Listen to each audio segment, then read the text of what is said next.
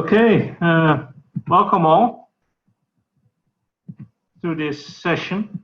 So we were experiencing, apologies for being slightly late, we are experiencing some issues. So I'm waiting for all attendees to come in.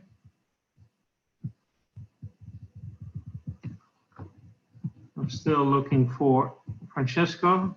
Ah, there he is.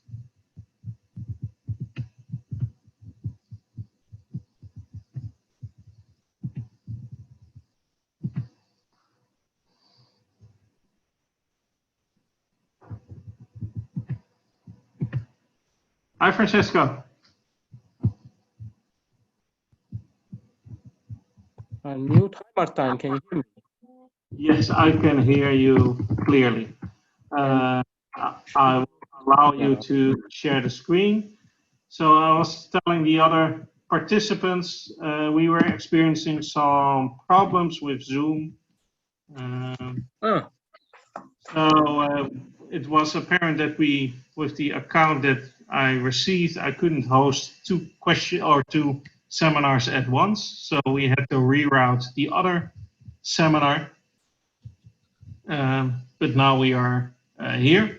So for those who are looking for well-being in the world, you can find the Zoom links here in the group chat.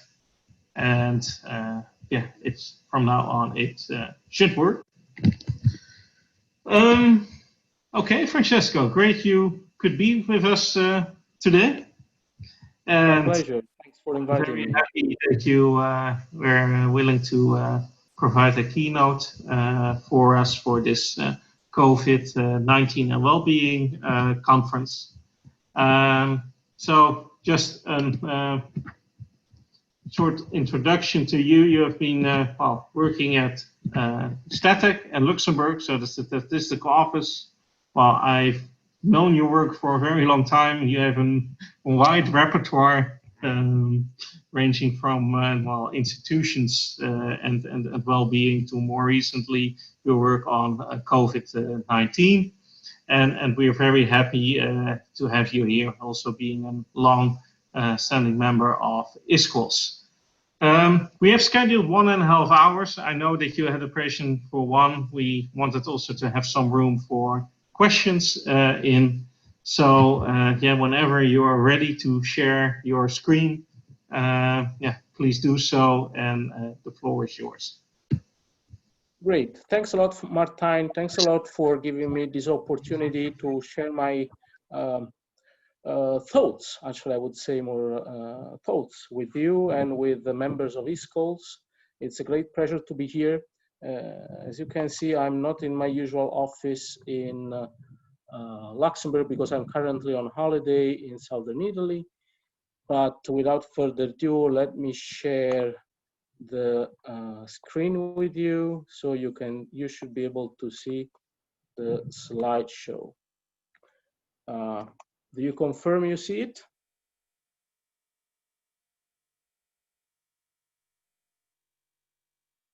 Martijn, can anyone give me a sign that? Oh, yeah, it's perfect. I had already muted, so it's we can see Super. It.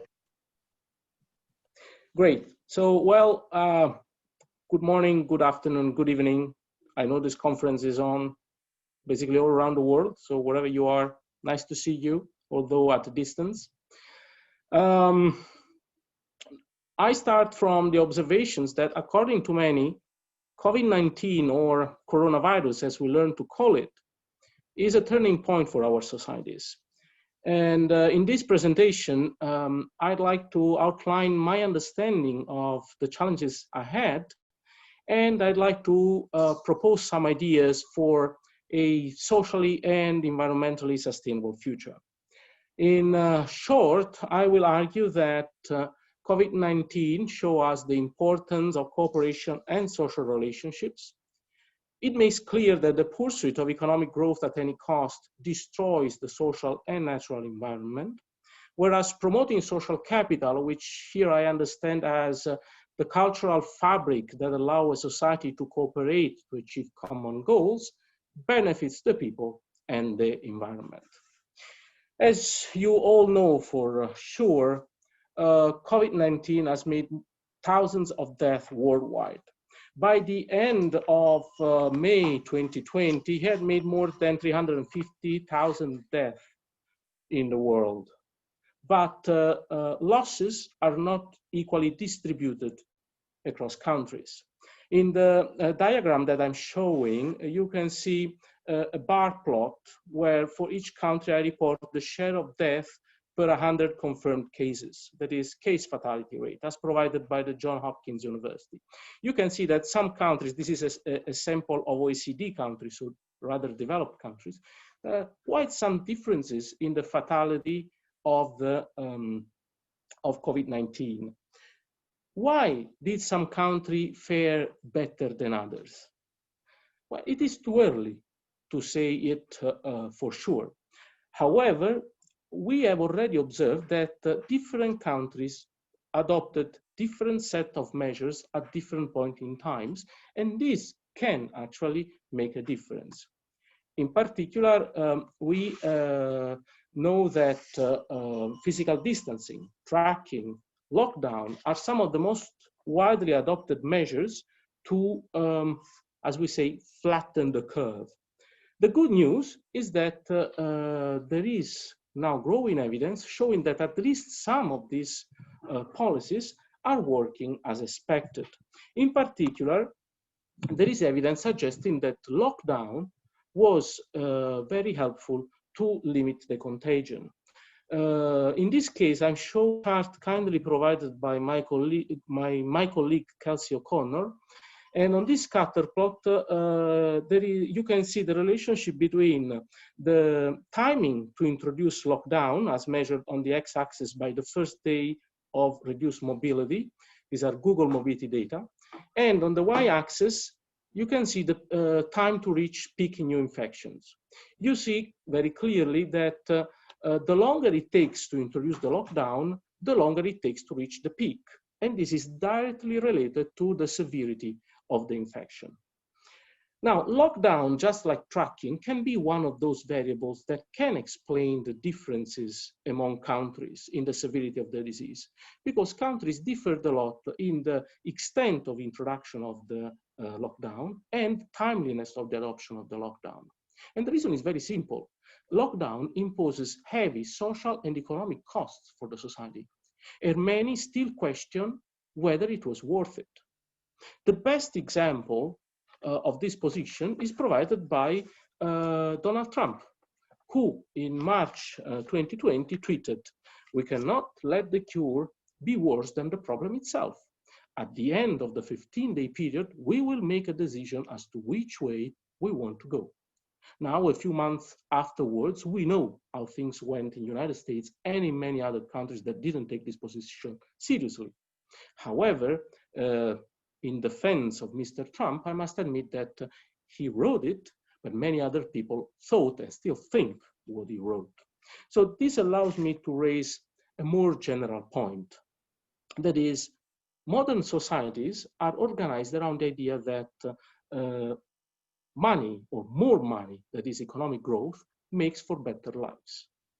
Now, COVID-19, just like the 2008 economic crisis before it, shows us the limits of this approach and made clear that it is urgent to reform the way modern societies are organized. Let me give you some more details on what I ground this conclusion. First of all, I attract your attention on the fact that figures indicate that rich countries did not perform better than poor countries when it comes to the fatality of COVID.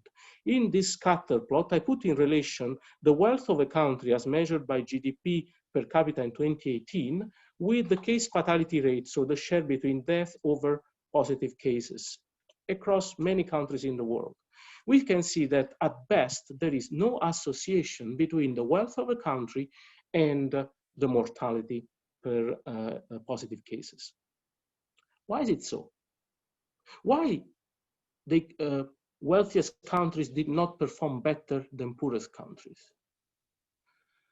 It is also in this case too early to draw definitive conclusion in this regard.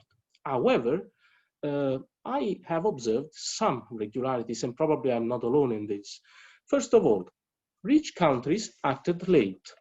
Available figures from using Google mobility data indicate that countries belonging to the richest 50% countries in the world have introduced lockdown on average later than poorer countries.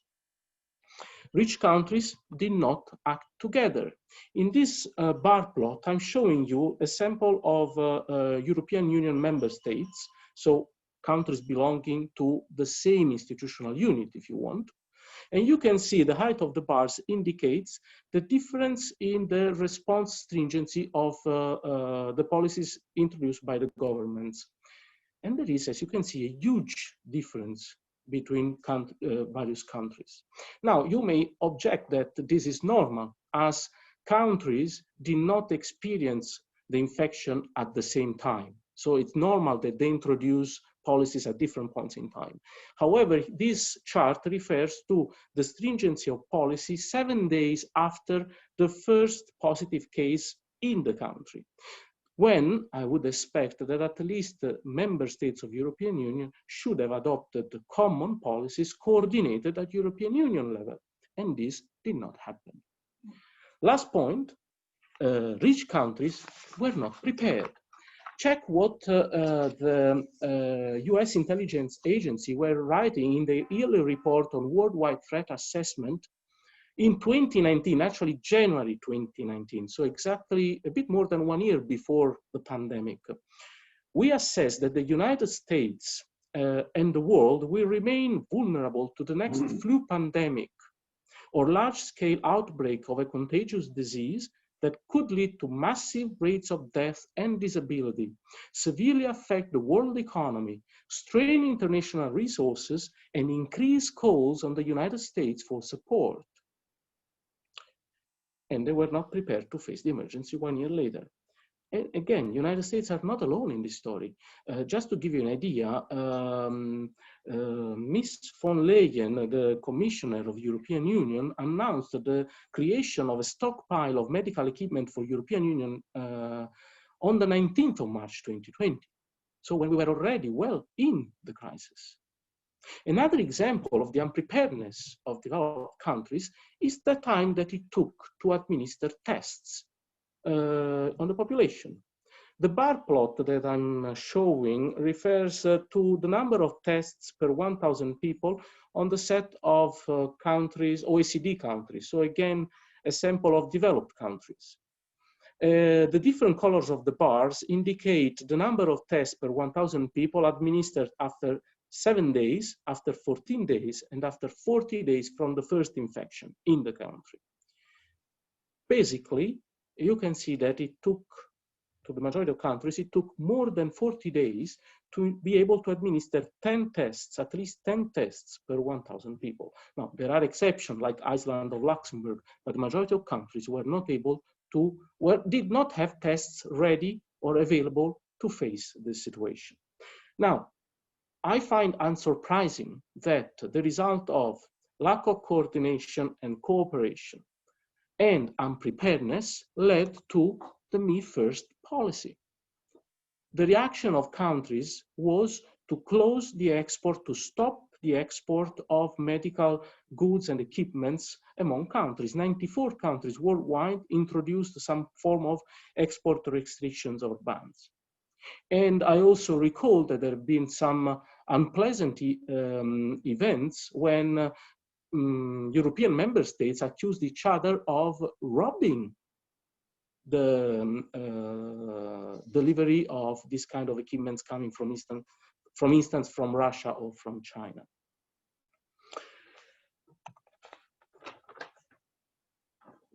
The bigger picture that I'm trying to present is that epidemics and pandemics so far have been inevitable in human history.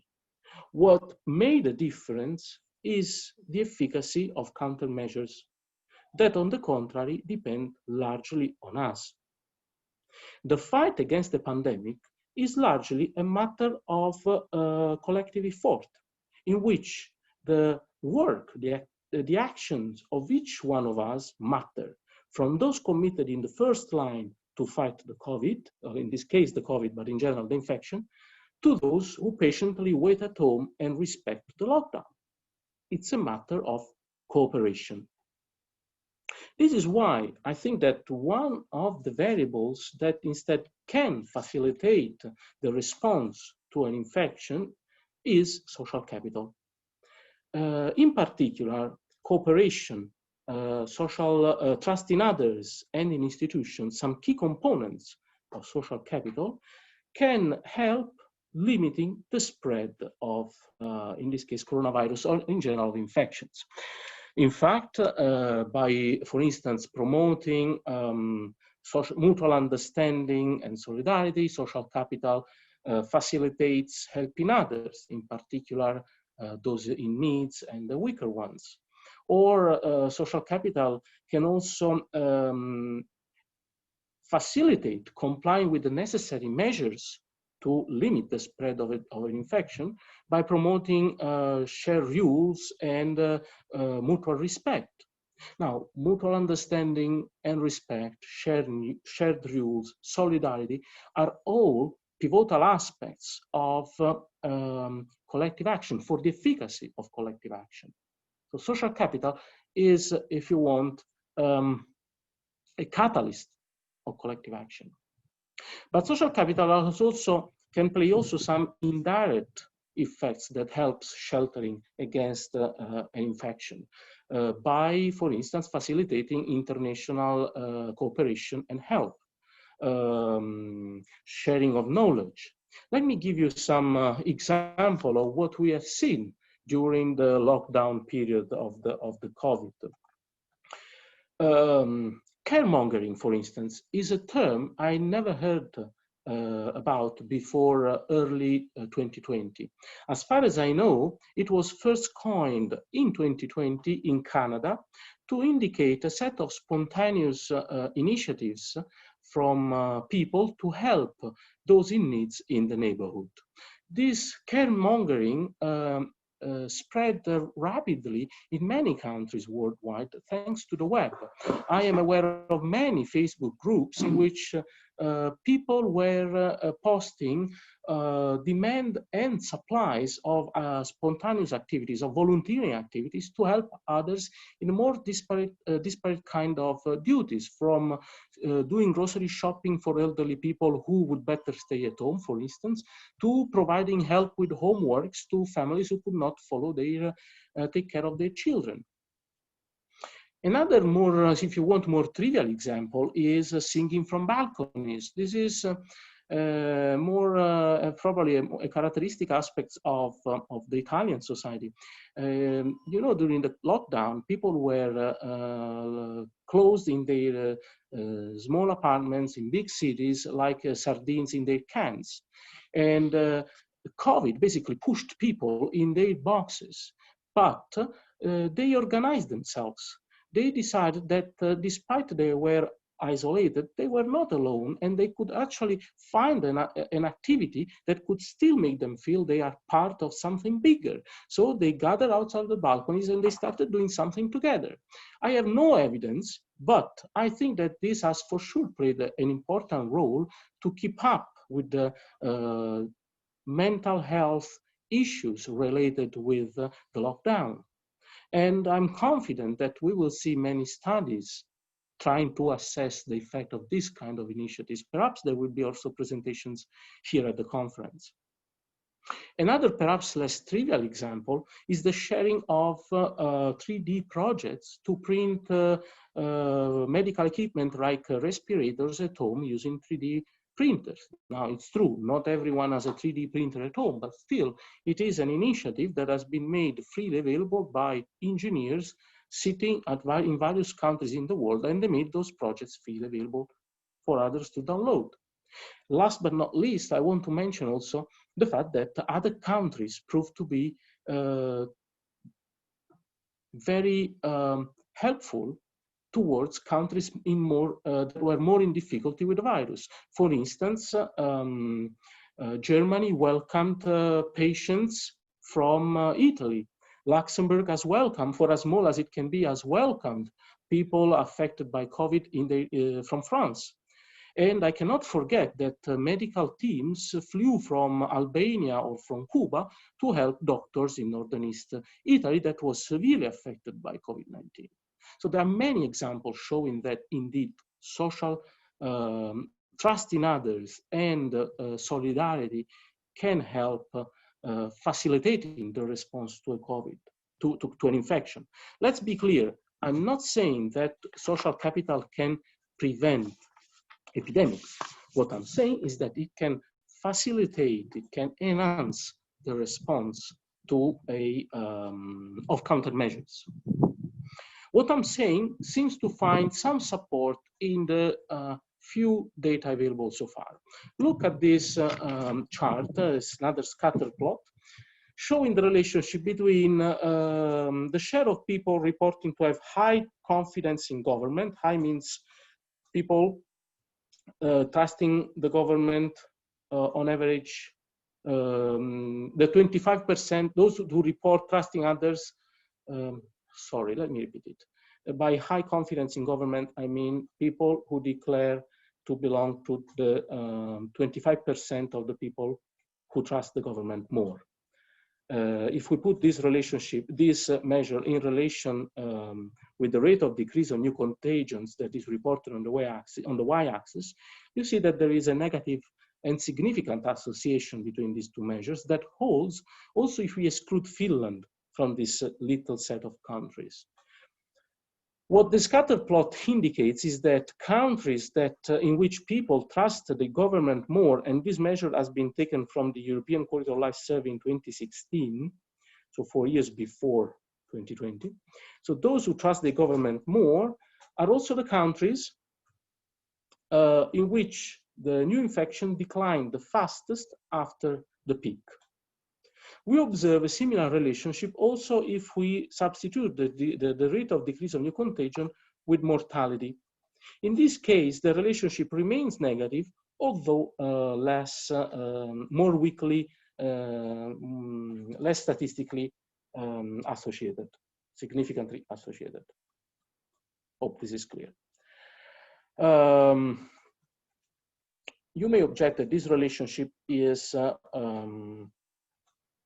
affected or moderated by the wealth of countries. But this is not the case. If we replace trust in governments with GDP per capita, we find, on the contrary, a weakly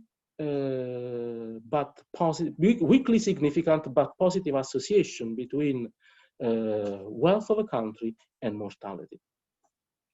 Finally, countries that report higher confidence in the governments are also countries in which governments adopted less stringent policies. The point that I'm trying to make, that is social capital can facilitates the response to infection, is generally well accepted on the ground of anecdotal evidence. What is less known, however, is that modern societies are organized in a way that they sacrifice social capital on the altar of economic growth. How is it possible? Rather than using a set of long and tedious equations, I will try to give you the intuition of this mechanism using a set of figures. The starting point is realizing that people's well-being depends, at least in part, on some goods that are freely available, like good social relationships with others or a pristine environment. If, for some reasons, people lose this, the benefits of these goods because they get eroded, if people feel lonely, isolated, or afraid, they may seek compensation for the loss of well-being in consumption, and the market can provide substitutes for this degraded goods. For instance, if we are lonely because we have little time to dedicate to our friends, or because working at night in cities is dangerous, we may spend all the money we want to make our staying at home more comfortable. Or if we are afraid because the criminality in the place where we live has risen, we can spend as much money as we want in any kind of technology to protect ourselves and our belongings against it. These expenditures, that are called defensive expenditures, are basically a new layer of expenditures that people adopt in order to protect themselves against the erosion of something that is common, like a safe environment in which to live, like having social relationships. These expenditures are recorded by the market and contribute to economic growth. Not only, but in order to afford this new layer of expenditures, people have to work harder, have to raise money to afford it. So they need to work more. This also is recorded by the market and contributes to economic growth. However, the other side of the coin of this growth is the fact that people have less time to dedicate to others. So if people start turning towards the market to protect themselves against the lack of time for others, the result is they will end up having even less time because they need to find resources to afford the new layer of expenditures. Basically, I'm describing a vicious circle in which economic growth feeds the erosion of common goods like social relationships, and this in turn contributes again to economic growth. I'm describing trapped lives in which people react to the poverty of common goods or public goods with investments in private goods. I'm describing again trapped lives in which people face and address common problems with private solutions that end up, and this is very important, worsening the situation that caused them to seek for defense in the first time. Because if each one of us would spend less time working and more time trying to find time for others, they would probably have less need to consume. But there is a fundamental lack of cooperation and coordination in this mechanism that pushes us to seek private solutions simply because social action is impossible. What I'm describing is a society of lonely and isolated people that do not manage to communicate with others and to trust others because the opportunities to establish social relationships become scarcer and scarcer because there is a huge pressure to make money and to consume in order to protect oneself. It's a system that therefore puts money at the center of people's attention because what they can or cannot do depends increasingly on what they have. It's a system that creates private fortunes for the few at the expenses of common poverty for the many. It's a system that creates winners and losers in a game where there is no space for cooperation because the opportunities for social relationships become scarce, because time becomes scarce. Available evidence seems to lend support to this interpretation. Many countries, both developed and developing countries, seem to be on a decreasing pattern of social relationships. Here, America is again probably a quintessential example. Based on general social survey data, Americans' confidence in Congress and in others have been steadily declining since the 70s. But America is not the only case. United Kingdom, China, many other countries worldwide are following the same pattern of erosions of trust in others. Now, let me emphasize that Congress is the institution that is in charge of coordinating social action. If people do not trust others and do not trust the institutions that are in charge of coordinating social action, then they will turn to any sort of private solution to shelter themselves and those they love against their fear of depletion of what is common.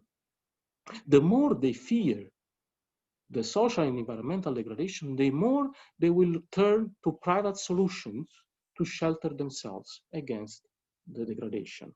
The result is a fundamental issue of lack of cooperation that reinforces the vicious circle of defensive growth. The same mechanism I used to illustrate how economic growth can be harmful for social capital can be used to explain why environmental degradation can be a cause and a consequence of economic growth. Now, you are already familiar with this scheme because it's very similar to the one I showed you a few slides ago, so I will go very fast. The idea is that if the place where we live becomes polluted, the air is unbreathable or water is undrinkable, we can adopt any kind of, we can invest in any kind of device in order to shelter ourselves against the environmental degradation. The expenditures feed economic growth, but our own attempts to shelter against the bad, like installing filters for air and for water, like buying triple glass windows to isolate against noise, or protect ourselves against the increasing accident caused by extreme natural events, further accelerate the erosion of the quality of the environment, because they require further extraction of materials from the land, they require further consumption of energy that ultimately worsen the quality of the environment against which we're trying to defend ourselves. Again, what I'm describing is a vicious circle in which people adopt private solutions to shelter themselves against common problems.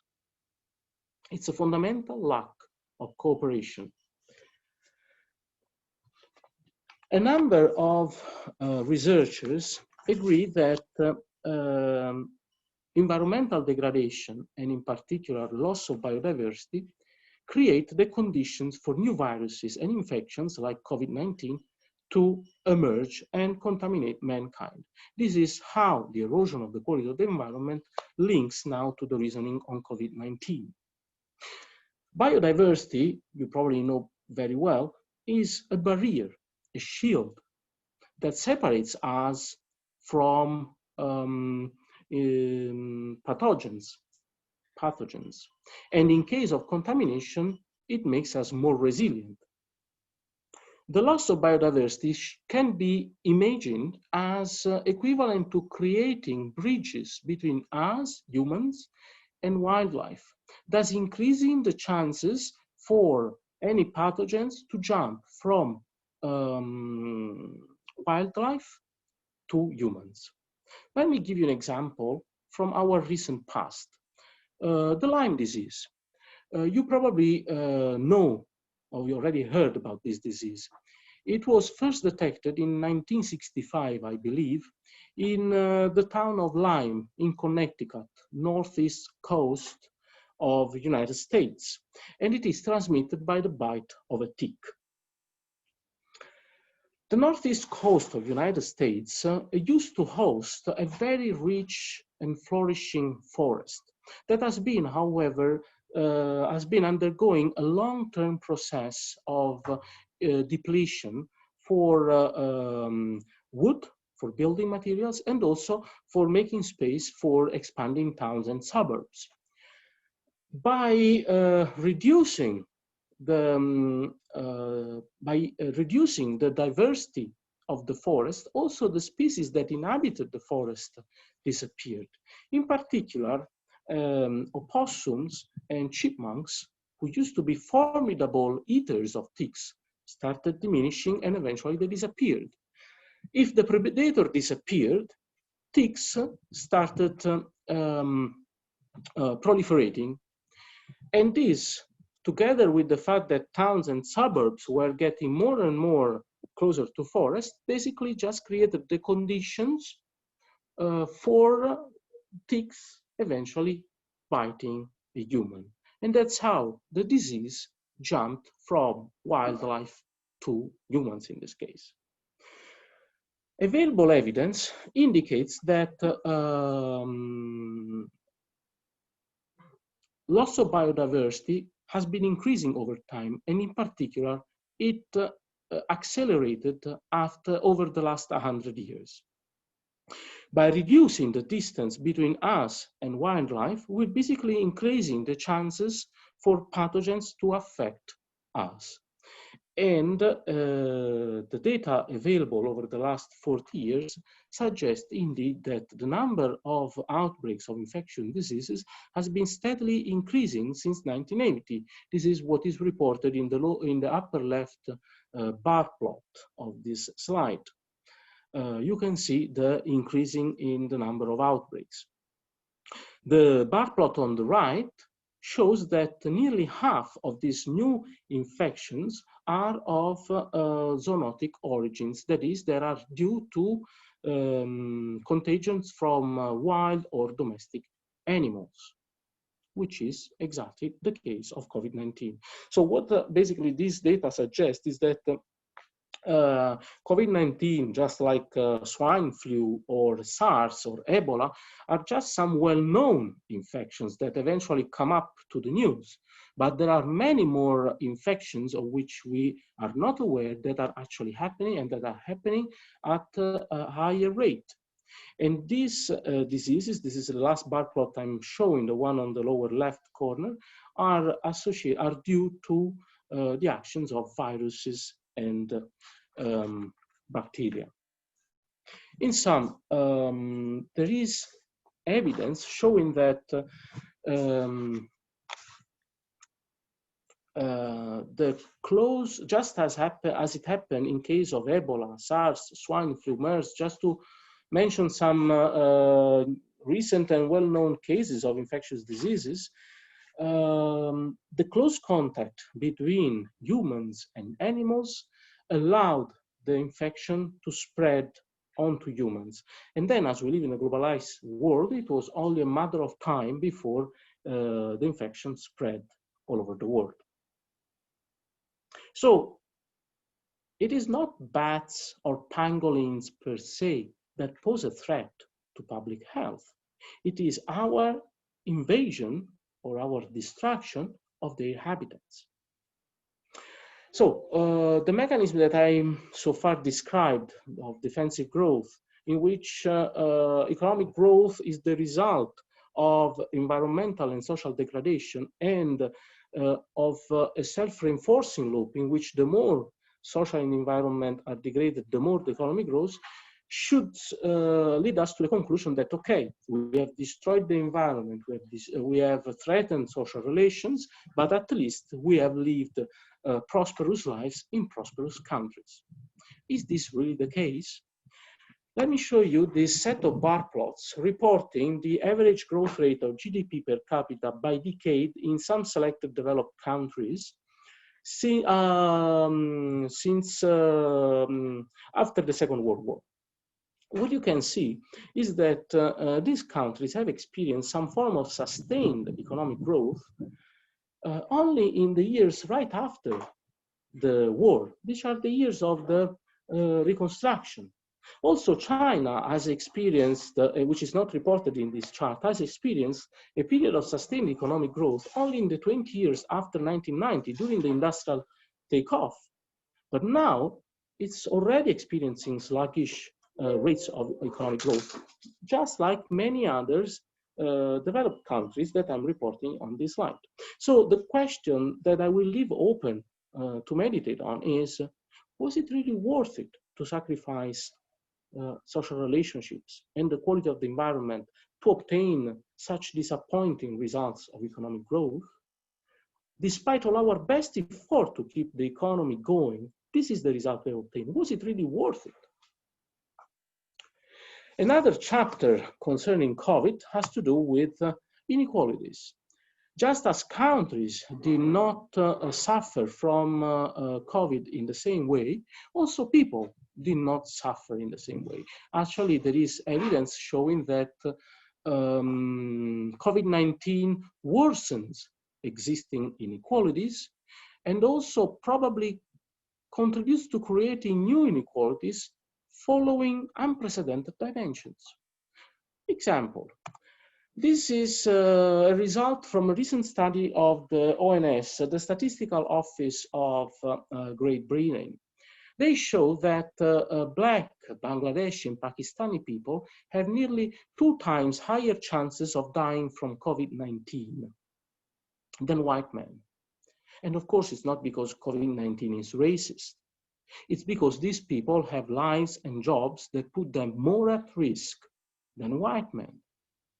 And this, what I'm saying, is supported by now a number of evidence, and I'm sure that we will see a lot of this evidence also in the present conference. For instance, you probably have already seen these 2 sets of bar plots showing the share of tasks that can be done from home by annual earnings. Basically, in United Kingdom and United States, the more people earn, the more they can afford working from home.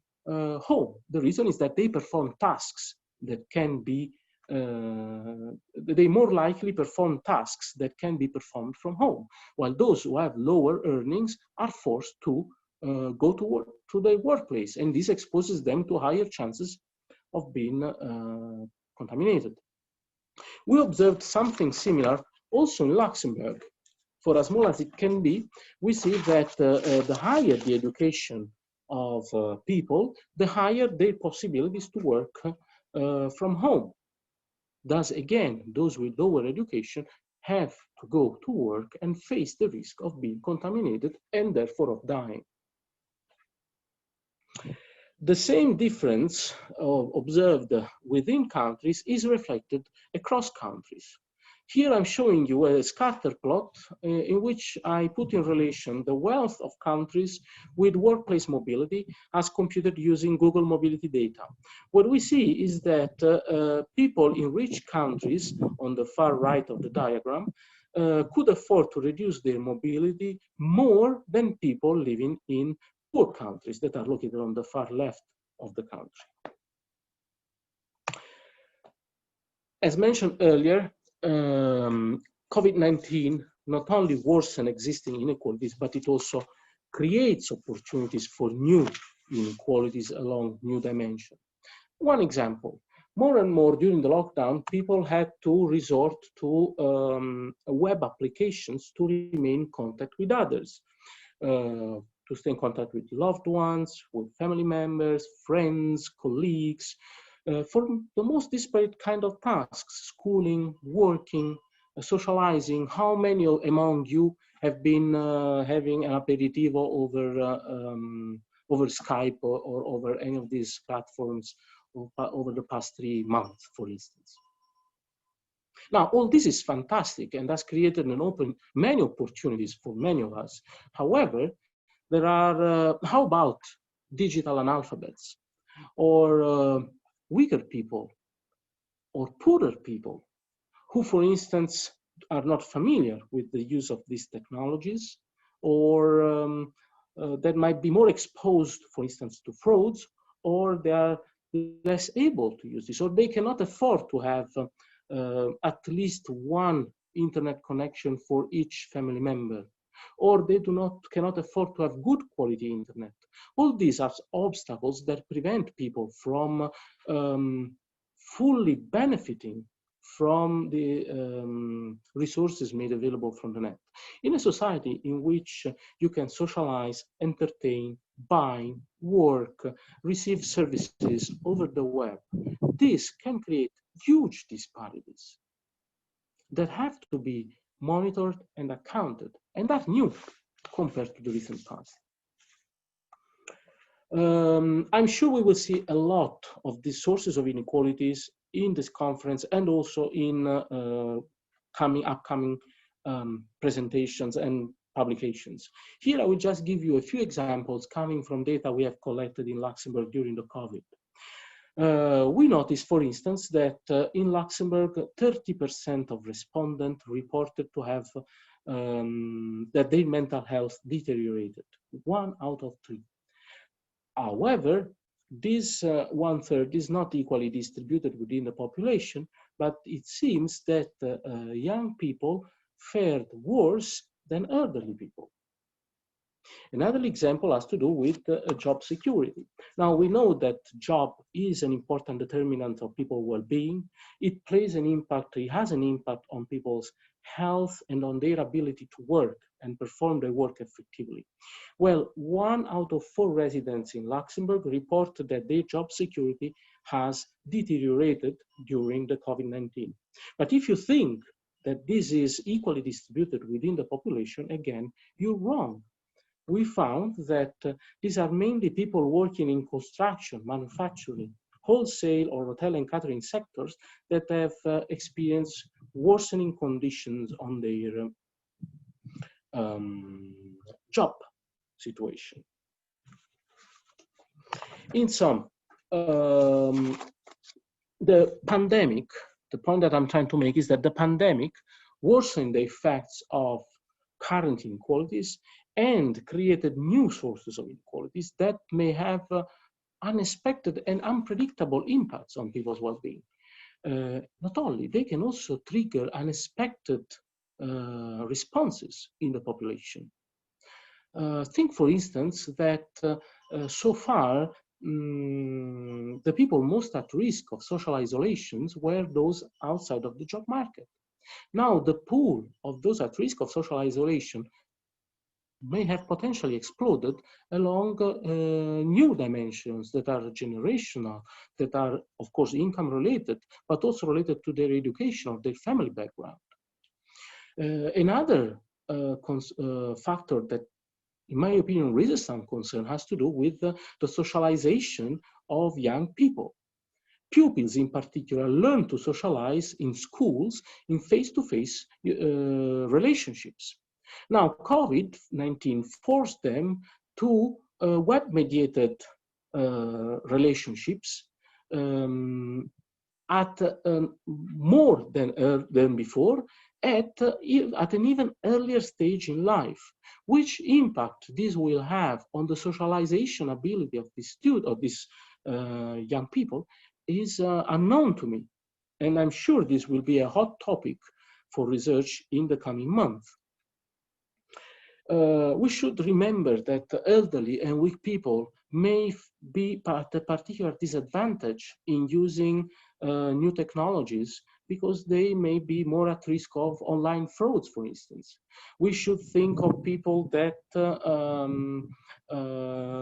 did not have the possibility, that are less educated, that have lower ability to use this kind of platforms, the internet, or those who cannot afford to have computers of good internet connections. In sum, the point that I'm trying to make is that, as you can see, these are just examples of how COVID-19 might have created new sources of inequalities and poverty that spread along unprecedented dimensions: generational, educational, linked to family background, regional, because there are, for instance, rural areas where internet is worse than urban areas. There are many of these dimensions that can change significantly how the ability of people to profit from the web and the services it made available. In a reality in which more and more what we can do is linked to an effective internet connection, this causes a problem. Let me go towards the good news. Epidemics, in my opinion, are a textbook example of how much the ability of our species depends, the possibility of our species to survive depends on our ability to cooperate. Epidemics are just a more extreme example of, with more direct and tangible effects than other environmental challenges like climate change, that on the contrary are more, have less apparent and direct consequences. So far, we blinded our eyes thinking that climate change and other environmental challenges were at too uncertain and too far away consequences to be taken seriously. COVID-19 has changed all this by putting our lives at stake on top of a few weeks. So once this emergency will be over, we will have a choice to make as how we want to continue. We can, for instance, keep living till the next crisis hits us and kills thousands of more people, or we may take the necessary steps to change and reform the way economic systems are organized to put humankind back at the center of the attention of decision makers. What are our possibilities? In my opinion, going back to business as usual is suicidal, because we've seen that developed countries are not better geared to face the infections. Also, I hope I managed to convince you that there is reasons to believe that it's actually the way we organized our societies that creates the conditions that make pandemic more possible and more dangerous by eroding environmental and the social environment. Also, I think that the appearance of fishes and clear water in the Venice lagoon, as well as the disappearance of the clouds of smog from many industrial cities in the world, should have shown us quite tangibly the impact of our actions on the world in which we live. And they should make us more aware about our consumption pattern, but should also make us more critical about the model of development that we have so far chosen, that is so dangerous for the place in which we live. I also believe that nationalist isolation is suicidal. This is rather trivial to say, but global challenges require global answers.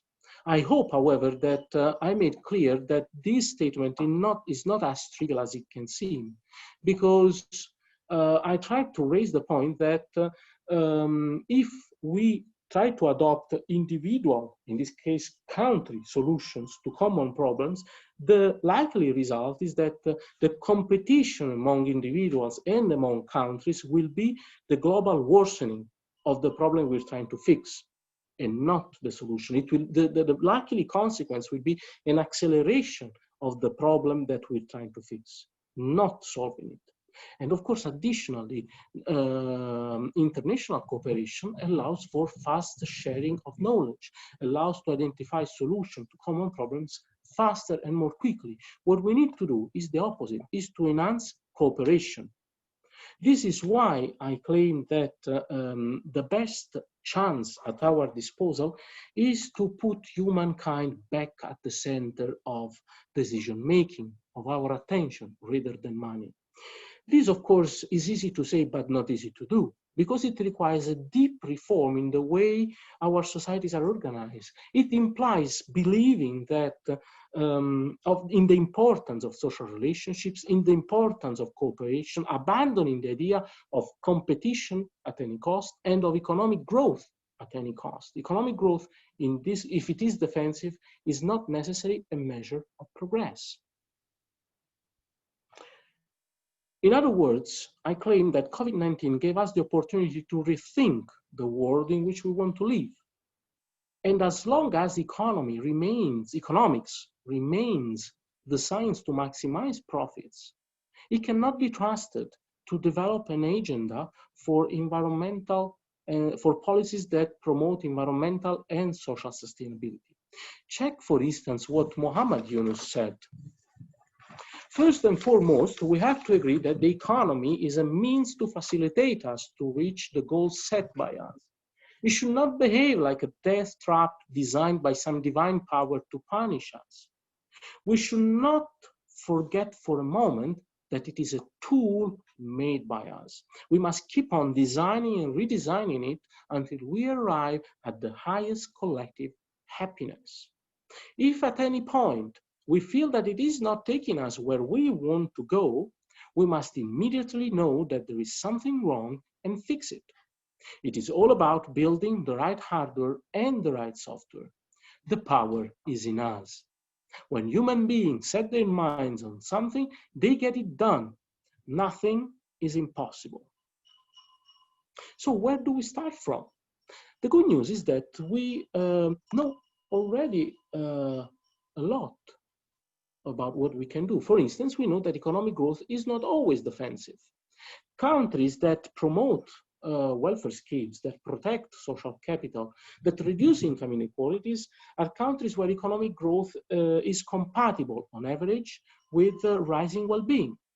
These are likely countries that in which the economy grows more slowly, but probably in a more compatible way with people's needs. Good relationships with others, with themselves, and with the environment. In these cases, sluggish economic growth is not a bad sign. It's perhaps a sign of a system that is better geared to serve the purpose of improving quality of life. So we should abandon the idea that growth is good at any point, and we should focus on what. And also in this regard, we know a lot. For instance, we know that social relations matter a lot. In a study with Stefano Bartolini and Marcin Piekarkiewicz, we show, for instance, that money matters a lot for people with poor social relationships. Check this scatter plot that uses EU-Silk data at regional level. Each dot is a region in European Union. On the x-axis, we report the share of people with high social capital in each region, and we match this information with the life satisfaction gap between rich and poor people. The negative slope and significant slope indicates that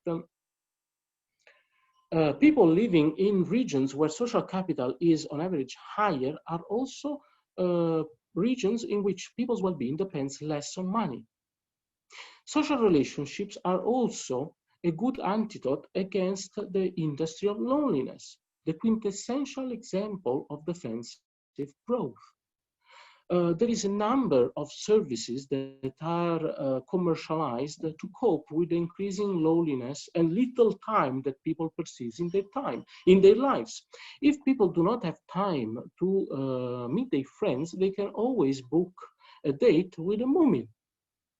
Or if they like the warmth of cuddling a pet, they can buy an Android pet that lets them pat them, but they do not have to take care of taking them regularly for a walk to feed them or to clean after they poop. And if people like singing, they may always rent a karaoke booth to sing to themselves. What's the point of singing to yourself unless you're under the shower, of course? Well, promoting well-being not only is good, of course, per se, but it also makes people that consume less, care more for the environment, and are better workers. In another study with Stefano Bartolini, we investigated 7 international data sets with thousands of observations from all over the world. We tracked people's well-being along with their expectations about a distant future, such a distant future that should not involve themselves or their direct descendants. And what we found is that the more people fear about the quality more people fear that the future will be bleak, the less they are happy. Now, the size of the coefficient is comparable in magnitude to the size of some well-known correlates of well-being, like becoming unemployed or getting married. So the coefficient is not, this effect is not negligible. And it is very important, in particular, if you look at it from the perspective of defensive growth theory. In fact, it suggests that unsustainability is not rooted in people's greed, as economists believe, but it is rather a consequence of some socioeconomic organization that pushes them to adopt unsustainable behaviors. Now think again to the defensive growth mechanism. If we do not trust others and we do not trust in the effectiveness of collective actions because we do not trust institutions, we will resort to private solutions. The more we fear about the uncertainty of the future, and the more we think that we cannot trust others and the government, the more we will resort to private solutions to shelter ourselves and to endow our direct descendants to better face an uncertain future. So it's not that people are greedy, it's that people are afraid.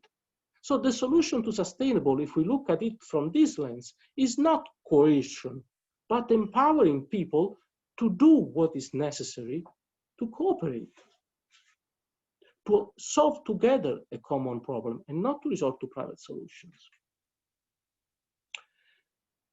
There is a large literature, so I will not get into the evidence that happy people are also more productive. I will just limit myself to cite the result of a recent study with Chiara Peroni from the Statistical Office of Luxembourg, with whom we found that, if we increase life satisfaction by 1 unit in a country like Germany or France, that increasing by 1 unit life satisfaction in one of these countries is equivalent to productivity gains that are comparable to 80 working hours. In other words, if we increase life satisfaction by 1 unit, we could all work nearly 2 working weeks less while leaving our output unchanged.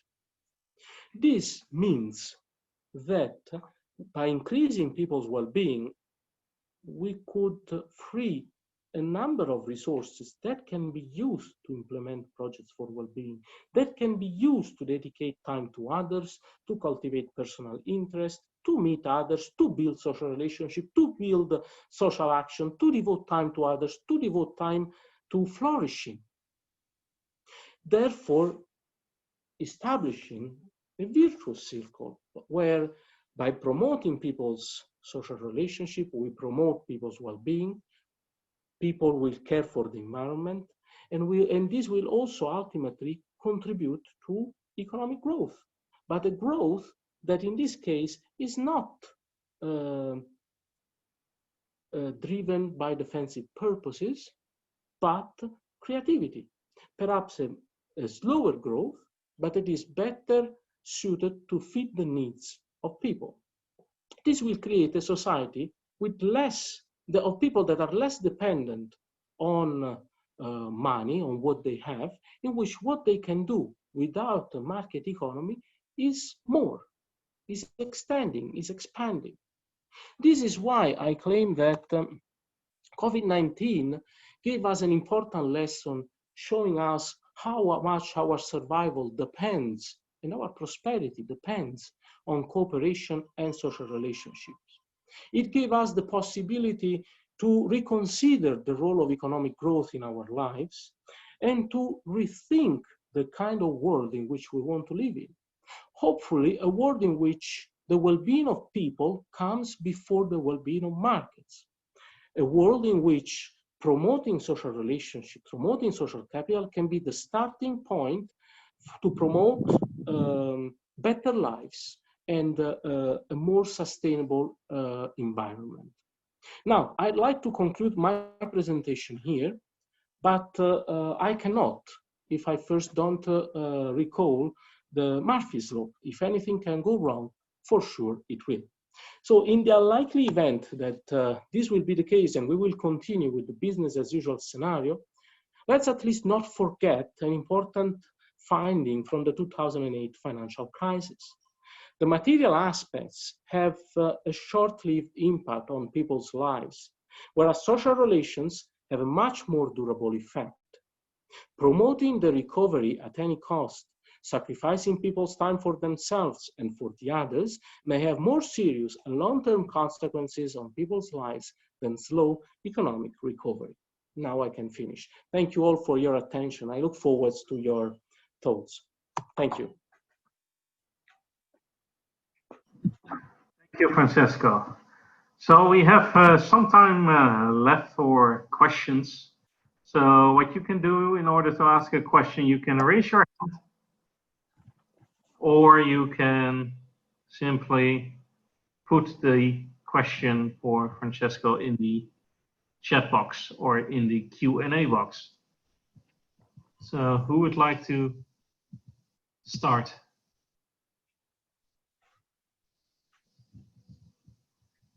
Yes, I will. Ming-Xiang has a question. Ming-Xiang, you can ask your question. Okay. Thank you, Francesco.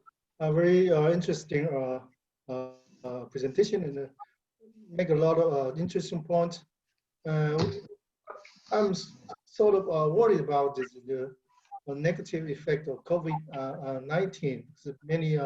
In many places in the countries, the nationalism are increasing, and the attitude towards outsiders, strangers, are also becoming more, unfavorable. What do you think about this situation? It's totally different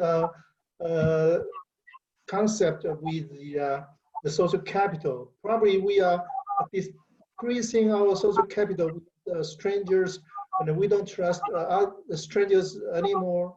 Things like this. Do you have any comment or further observation on this possibility? Thank you. Well, I agree with what you notice and what you see. I completely agree with what you say. Unfortunately, this is the evidence that things are going exactly in the wrong directions. We can see higher competition among countries that is highly worrisome, but we also see increasing competition within people. Actually, the more the situation worsens, the more it pushes to basically a war among people, among poor people, because competition will ultimately affect always the last ones in a society, and a society in which inequalities increase because wealth is polarized. Is basically creating more and more an army of poor people who struggle to keep up and to survive.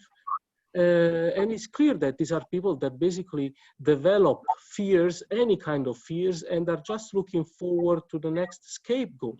This is, for instance, the case of the recent immigrant emergency going on in the Mediterranean Sea, for instance. These people are seen like threats, but just because people already in Italy are exasperated in the living conditions. So basically, we are creating conditions for huge social tensions to explode and for the rise of nationalists. I'm seriously concerned about the upcoming elections going on in many countries, starting with the United States. I don't know if this address the issue point. Basically, I think what I say is that I agree with your observation, and I see all this just, in my opinion, should motivate to act quickly to revert this trend. And it's possible with the movement from the bottom. Thank you. Any other questions from the audience? I saw one hand raised, but can't see it anymore. We have a question in the chat box by Birger. Will ask, do you see any signs in the European Union, for example, of a different approach to learn from the COVID experiences than from the financial crisis? Do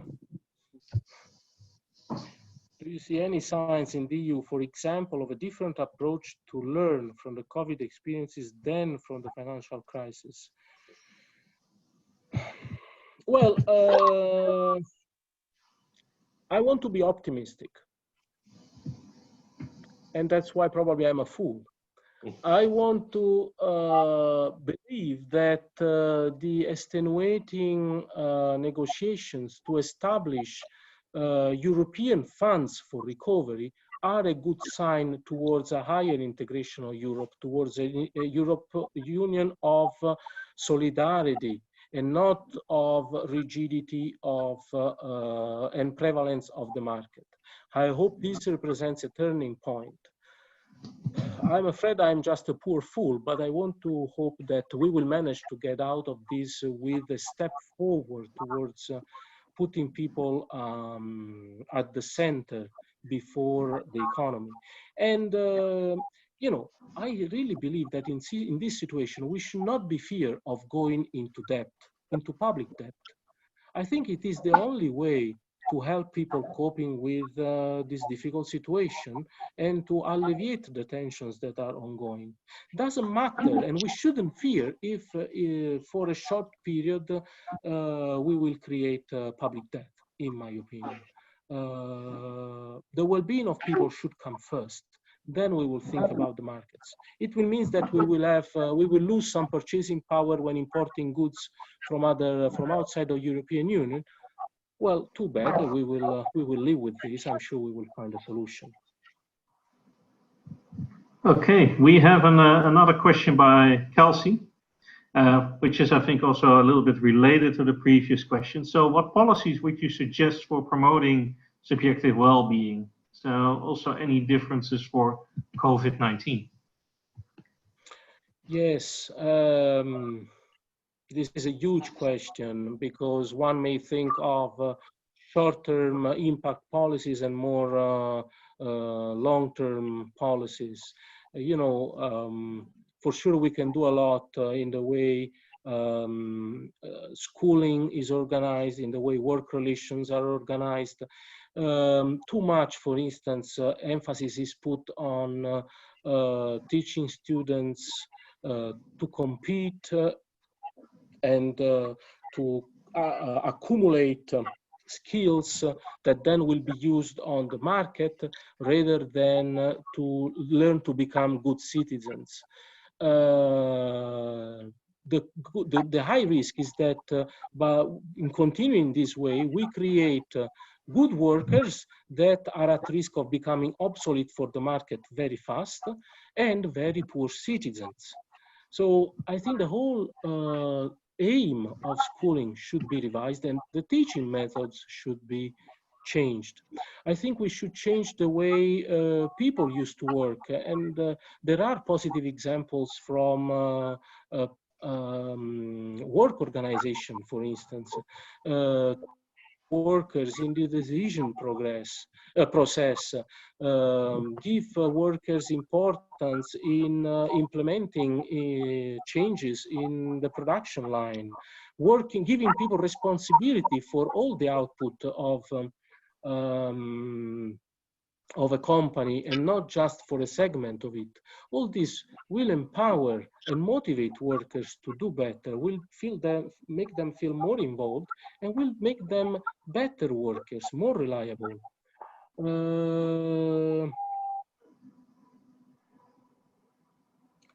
Any differences for COVID-19?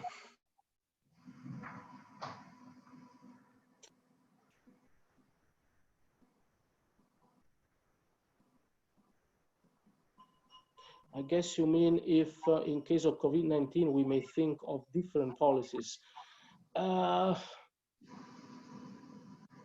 You know, there are a number of spontaneous initiatives that we have seen and that have worked well, very, very well. We're even touching. People were going to work to provide food for those working in the first line entirely for free. So perhaps it could be also very simple to study initiatives to showcase these best examples and to show that generosity exists. This may have a contagious effect and may push many others to follow up along the same trace. This is something I would mention like this on two legs. Perhaps you have some ideas to suggest, Kelsey. Okay. Many thanks. We have another question by Daniela. Daniela, Hello, you have the floor. can you hear me now? Yes. Good. Thank you for the presentation and many important issues. I will try to summarize with a single word. My suggestion is related to communication. And I will start saying like this, that we know about well-being, that health of the individual measures subjective or objective. It has an important impact on well-being of each individual. You mentioned, and this was my decision to take the initiative to say the word information. I will link to two of your results. Is the one related to workers from minorities in other countries who take jobs which you class it as low paid, which is true. But it is not only that, because it seems that in this category of people, and especially in connection with COVID-19, people do not know the language enough to understand recommendation, to read instructions, so on. And it is also related generally, not only to workers, generally about this COVID-19. I'm repeating in Swedish the word, sorry. That people need to come to information in time and to follow instruction. And if the information is not provided in a language that people understand, that it is a high risk that people are affected there. And you show evidence about this, and we know about this, and we know, for example, in Sweden, that the first cases came from that. And not only that issue about if we connect to COVID-19, it is without the information, it is the culture and the norms, because we have different, like you say, this social interaction between us. We used to kiss each other on the face. We used to have different contact, and it is sometimes difficult to change behavior from time to time. In other words, I start with the keyword. What I want to communicate here, it is about information and language, but also we should not minimize the importance of norms and culture in the importance for well-being. Thank you. Thank you, Daniela. I have the impression we basically agree on this. You call it communication, and I say that that's for sure played a role. Communication is linked to knowledge of language, and knowledge of language is in turn associated with education, which is a point I raised during the presentation. So I think your intervention helped clarifying how many dimensions we should consider when speaking about the sources of inequalities raised by COVID-19. However, there is a nuance that we should consider, and perhaps some research should be done, because very frequently the announcements of measures to contain or to prevent contagions were also provided using vignette or some form of graphic representation, which were supposed to overcome the cultural barrier of the reading barrier. So something to think about. But thanks a lot for your point. What I want to make clear here, because my feeling was that it is a content of political essence in everything what you presented and in general. And this issue, what I take in consideration, it is about the governmental intervention, what is called provision of information in the case of market failure in the healthcare.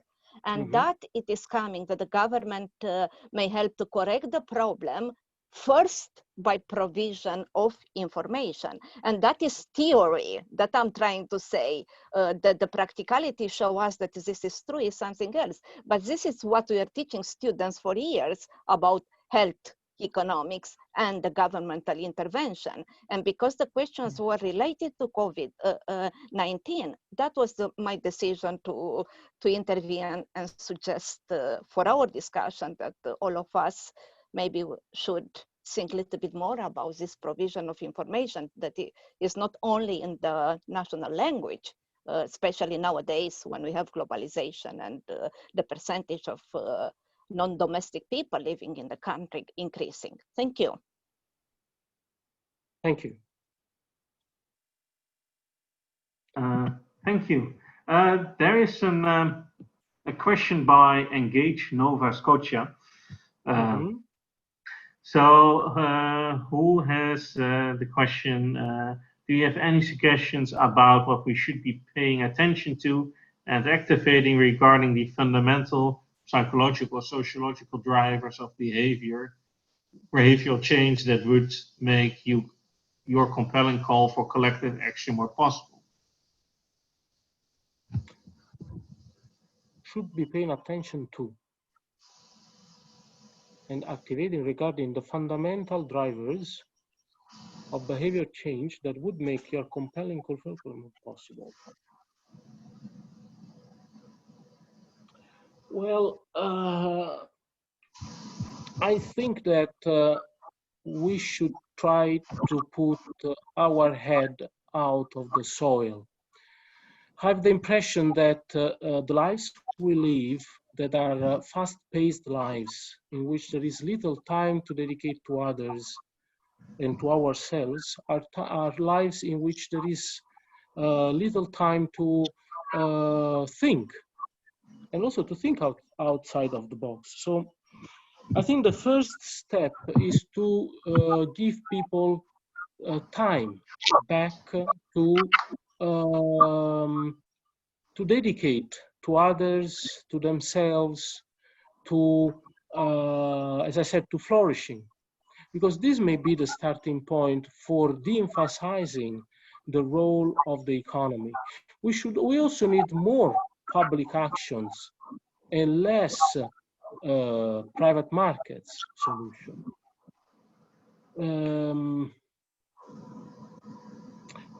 Psychological, sociological drivers. I really do believe that our best guess is to create opportunities for doing things together. So any form of cooperation at neighborhood level, at local health level, having shared gardens, involving communications, involving, for instance, elderly people in activities for the society, could all be possible initiatives that would allow to, on one hand, give the possibility to people to meet, but also to build trust in others, and probably also to give more space to volunteering initiatives that are healthy for our societies. Does this answer your question? Probably it does. We have another. You see in the chat box, something was popping up, or was it the? It was a thank you. Yeah. Okay, great. Okay, I think that we have had all. There are no more questions, so that means that I would like to thank you a lot for your willingness to give this keynote. I think that we all learned a lot during the last 1.5 hours, and I hope you enjoy the rest of the conference. Thank you very much. Thank you for this opportunity. Thank you all for joining. Okay, thanks. So we continue the COVID and Wellbeing program at 4 o'clock. For those who want to see the last presentation of Wellbeing in the World, starting at 3:30, please follow the link in the chat box. We had to change the link because of some technological issues. For the rest, enjoy your coffee break and see you later. Thank you. Ciao.